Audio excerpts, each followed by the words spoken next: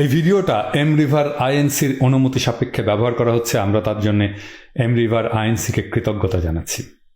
এখানে দেখতে পাচ্ছেন নদী যখন স্বাভাবিকভাবে নিজের চলার পথ করে নিয়ে বয়ে যায় তখন সে ইউনিফর্মলি তার সেডিমেন্টকে সমানভাবে বা পলিকে বহন করে নিয়ে যায়। দেখেন এই পলিকে সমানভাবে বহন করে নিয়ে যাচ্ছে।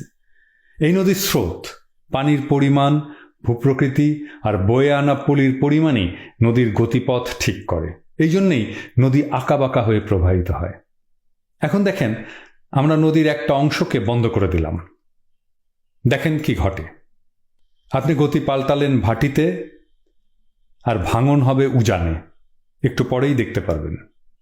নদীর খাত ছিল একটা, হয়ে যাবে দুইটা বা তিনটা, কারণ আপনি শুধু একটা জায়গায় নদীর স্বাভাবিক স্রোতকে বাধা দিয়ে নিজের মতো করে প্রবাহিত করতে চেয়েছেন। এই কাজটাকে বলে নদী শাসন। ব্রিজ করার সময় এই নদী শাসন করা হয় এবং এর ফলে উজানের নানা জায়গায় নদীর ভাঙন হয়, কারণ নদীকে শাসন করা যায় না, সে প্রতিশোধ নেয়।